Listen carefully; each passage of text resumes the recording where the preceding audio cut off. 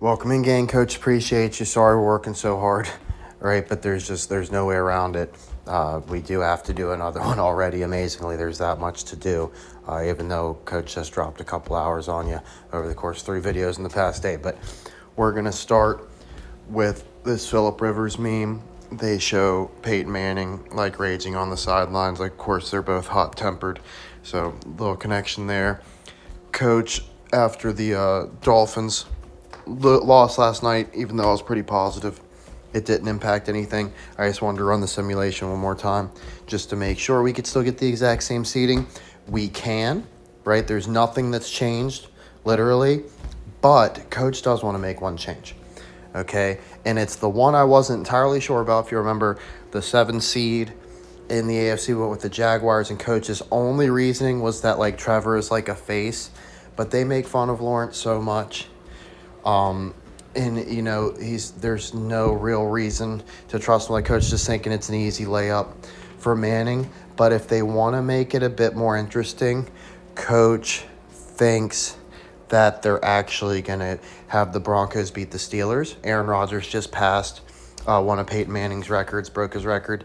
And if you'll remember, the Steelers went out really bad to Tim Tebow in the wild card. So a wild card exit to the Broncos by ancient Peyton Manning would have Steelers Nation raging. Like, the week in sports media after that loss, oh my gosh, you would not want to be in Pittsburgh. I promise you, they're going to go absolutely bonkers. Now, they're talking about how the Bengals are wasting Joe Burrow's career, right? People always talk about Myles Garrett's career getting wasted, but it reminds me of Coach of the Lions being accused of wasting Stafford's career, right? If they had him. So it's like Burrow, you know, the Bengals hanging on to him instead of trading him. It's a good sign they're cursed, right? And it just seems like a Stafford nod. And so, oh man, this is one Coach is kind of kicking himself on. Coach has had Shaw, SHAW, pop up over and over and over again. But Coach really couldn't place it to anything other than Brian Shaw, like being a former Laker, blah, blah, blah. Like, it just didn't seem like a reason to chase it down, but it just kept popping up. And just yesterday, we know Shaw wins a state title because the other team blew a victory formation. And, you know, they have started the video with, "You can't make this stuff up, guys. You can't make this stuff up." So you know it's fake as fuck, right? Don't be thinking high school's not rigged. You'd be very wrong. Doesn't mean you're not trying your hardest, but once Coach got a little bit older and he realized, like, so many questionable plays of teammates to, like, basically make us fall short of either the playoffs or a championship, just like something seemingly inexcusable, but Coach just, like, is a more forgiving person, like, won't dwell on it, but he'd hear his teammates bring it up over and over and over again throughout the years, like how bad that person did, blah, blah, blah. And it finally sunk in, oh, they were in on it, and they're rubbing it in my face that I was actually trying hard, and they were just waiting to throw the whole fucking thing, right? So that's how life works in Coach's opinion. It really doesn't matter what you do. In a lot of cases, the deck, you're playing a game that is impossible to win. In almost every endeavor you get into, going against the sports empires, certainly as a prime example of that, the odds of Coach coming out ahead is like almost astronomical, but we've had so much crazy success that Coach refuses to get discouraged no matter how. Like, the more Coach gets right, the harder he realizes it is. That's the honest truth, right? It's easy when you miss to think like, oh, maybe I just gotta approach this or that different and we'll have better results. But when you win, there's pressure to repeat, and you remember how much put into that win, and then you realize how much you should have known about that you actually didn't. And yes, all those things went your way, but what if one of those little things would have pointed the complete opposite way that you didn't dig up in time, right? So, like, there's just so many layers. This is like, we're not talking about onion, we're talking about an onion patch, right? And all these sports leagues being connected, with entertainment. Like coach just really can't even, nobody can understand, including coach, the scope of what we're up against, right? But this one coach is mad about they didn't bring up Shaw sooner because it seemingly keeps popping up. Now here's Brian Shaw, played for the Magic, played for the Heat, played for the Sixers, played for the Lakers. Those are all pretty suspicious. Now, what's going on here? I'm not going to focus too much on him, but coach looked up Shaw Stadium in East Cleveland, Ohio. Okay? What do you know, Cleveland Rams? That's where the Cleveland Rams used to play. And is there anything else there? First Rams win in history was over the Lions. That's something, right? Of course it was.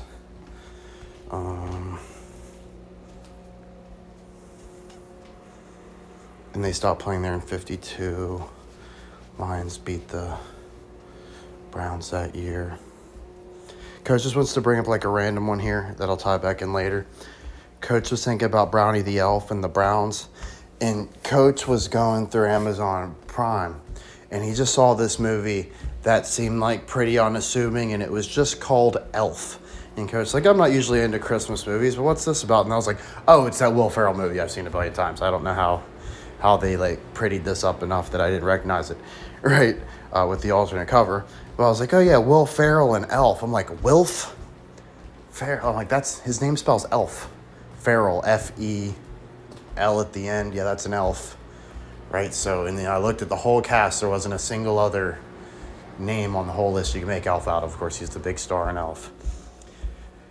And so Coach is like, how's Will Ferrell going to come in and play? Apart. Gosh, am I going to have to wait to tie this back in? I think I'm going to have to wait to tie that back in. So just keep that one in mind. Let's see. They just demolished Shaw Stadium a few years back. Isn't that something? What the hell is this? Rob Reiner, I think, got murdered, if I'm not mistaken. I'm a little confused on exactly what went down with that story. But I heard something about them finding some bodies. What the hell is this? It looks like he was doing something that was probably anti-Trump, right? So it's probably a huge scandal. Trump might have murdered one of the biggest producers in Hollywood, blah, blah, blah, who knows, right? So, God, I am not doing a very good job with this one. So, I feel like I missed some slides somehow. My coach just, okay, it's coming up. All right, so Coach is saying about the LA Angels, okay, because Coach knew that the Rams' biggest mistake in franchise history was moving to Anaheim. So we had the Anaheim Rams, right, which the Angels play in Anaheim. What do you know? World Series 2002. I'm almost positive. No, I am positive. Our Rams won in 2002 because they flipped it to the 2022, right? Why didn't the Angels follow suit and win in 2022? Coach says because that would probably make it a bit too obvious if maybe they're doing it here, right? Going in with the Rams and it looks like a lot less unassuming. And then in a couple hundred years, you can have the Angels come up and win in 2202 to make up for it, right? It's not like the numbers are never going to flip back around. It's just not going to be in our lifetime, right? But Coach thinks they just took that one off because they probably got one coming way down the line. And they might be good for it this year, right? They're founded by Gene Autry. What do you know?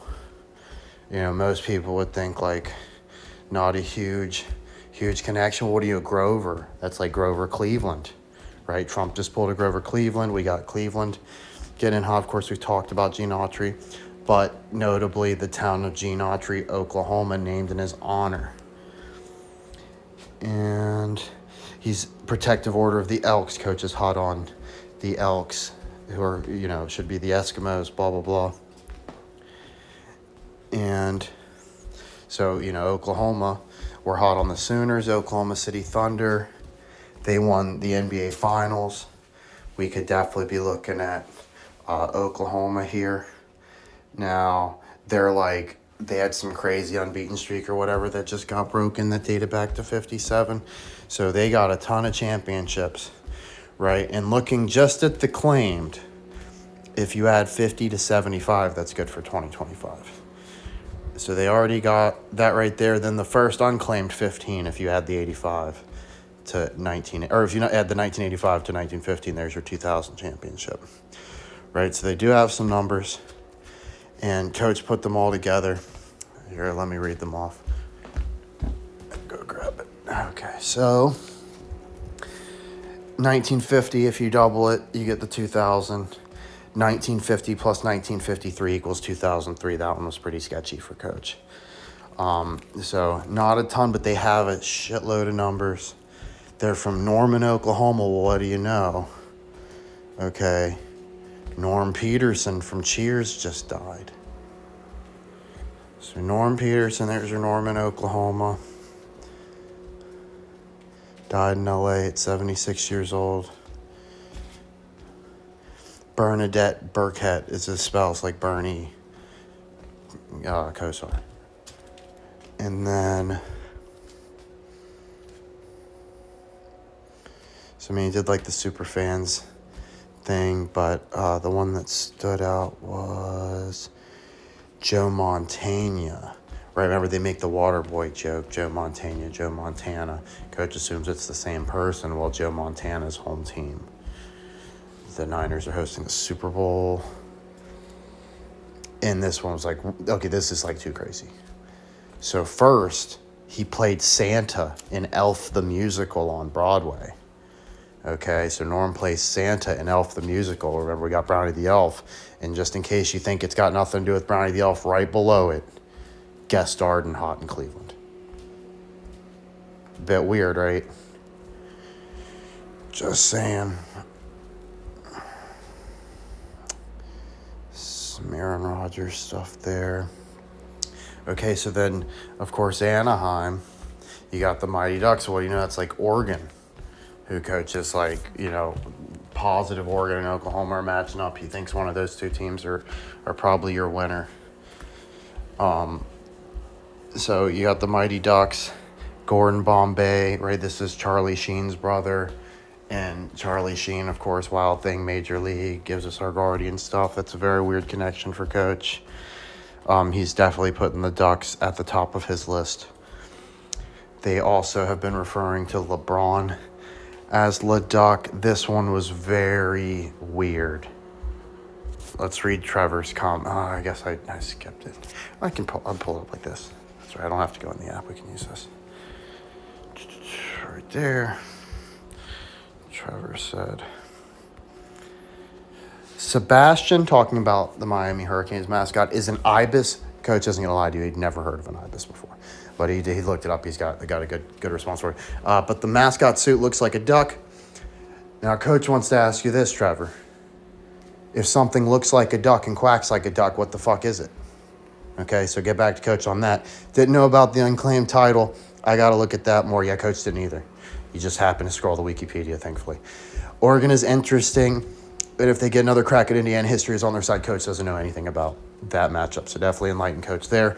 He does like, of course, that we picked the Heisman winner for this year accurately. Okay, so Coach accurately predicted this year's Heisman winner to follow up last year's national championships. A script prediction. Shout out to Dodger great Fernando Valenzuela, who won the World Series this year. Of course, the Dodgers. Does Fernando sound like a name Trump would want in this country? Does it surprise you to learn Fernando Valenzuela died late last October, right? So definitely we like the quarterback for Indiana. There's other reasons we've been interested in Indiana. Just don't know how they connect to Oregon at all because Coach doesn't watch a lot of college football. But I said Ibis beaks are super long and needle pointy, whereas Sebastian is straight up rocking the Donald Duck beak, which is short, blunt, and wide. Coach can't think of any. Yeah, I already told you that. The Chip Kelly and Foles thing is too weird for Coach. Like, why did they make Philly fans care so much about lame Oregon Ducks? Why did we trade Shady McCoy for Kiko Alonso? Why did they hire Chip Kelly? Why did the Casey Matthews pick get Reed fired? Don't forget Clay Matthews Jr. or Clay Matthews, right? Brownie. And Clay Brownie the Elf, just like J.J. Clay Reddick. Oh, yeah, I'm sorry, I didn't mean to say Elf, right? Clay Matthews the Brownie, just like J.J. Clay Reddick, so Clay and Clay. First NCAA football video game cover athlete was a Duck, I'm pretty sure on that. Josh Huff, Kenyon Barner, Michael Clay, all Ducks for the Eagles. Signed Brandon Johnson as undrafted free agent this year. There's less than 30 Oregon Ducks on active NFL rosters right now. You think the Eagles were a little overrepresented in their time? Eagles were only team to give Oregon track star Devon Allen a contract his entire NFL career. Philly media always criticizes the Eagles. I shouldn't say always. They used to, like 10 years ago. Or maybe even before that. It was like a few years where that was a meme. Where it was like, who's going to be the next Oregon Duck we get? How the hell would they have some weird pipeline all the way on the other side of the country? And this is before even Chip Kelly, like I said. That Shady trade was Andrew Bynum bad. Shady wore 25 and Eagles won 2025 Super Bowl. Iggy wore 28. Wonder if Sixers beat Lakers in 2028. DeMarco Murray replaced Shady, wore 29 just like Saquon. Okay, now, but, he brought up Sebastian, the Miami mascot, right? We think they're losing the Ducks. What do you know? Ducks have had 2 MVPs of the playoffs, the first being John Sebastian Giguere, however the hell you pronounce it. All right, so let's take a look at him. I don't think I can find much. I don't think I tried. All right, okay. If you remember, Coach was hot on the trail like Roy Campanella. Coach just forgot he was a Dodger. So Coach did have a lot of reasons, like the Dodgers, just a lot. They have so many greats that I forget who plays for who sometimes. The Dodgers are a little squirrely like that for Coach. Same with like the Yankees. Like there's just so many that come and go. But Roy Campanella of the Dodgers has fractured neck as car hits pole, right? So this is amazing. First off, broken neck in a car crash that wasn't even strong enough to shatter like the tail light or the headlight. The headlight's still working. Okay, barrel looks beat up. I know they made him nicer back in the day. That's just a little fender bender, right? It's like he's just scraped up against the side of something. It didn't look like anything slammed into him. There's some dents and stuff, but that's crazy to have a broken neck from that. Okay, even crazier. Check out the Duper's Delight there. Look how much fun they had with this. They really didn't have to hide it back then, did they? All right, so I just got the Duper there, the one eye. Check this out. This is where Coach can really, really debunk. Coach isn't saying he's the smartest guy in the world. He's got a foolproof argument for you here. So you're going to teach this guy how to eat. Right? He can't, move at all. You're going to teach him how to eat by strapping a spoon to his hand and having him try to shove it into his mouth. And as he's learning to do this, you're not going to have protective goggles. You're just going to let him gouge his eye out with a spoon. Get the fuck out of Coach's face. Ridiculous clown shit. Puka, Nakua, and Luka Doncic, both in L.A. Puka and Luka. It's the cutest shit you've ever seen. Oh, my God. It's so adorable. Okay, so very interesting. We got Puka winning, Luka losing. Both L.A. teams, of course. Coach says a big tip that it is the Rams going over the Patriots is that the Rams are in LA. If they are saving a huge get back for the Rams, which why wouldn't they if you have them go under a team twice like the Patriots, who everybody now hates, right?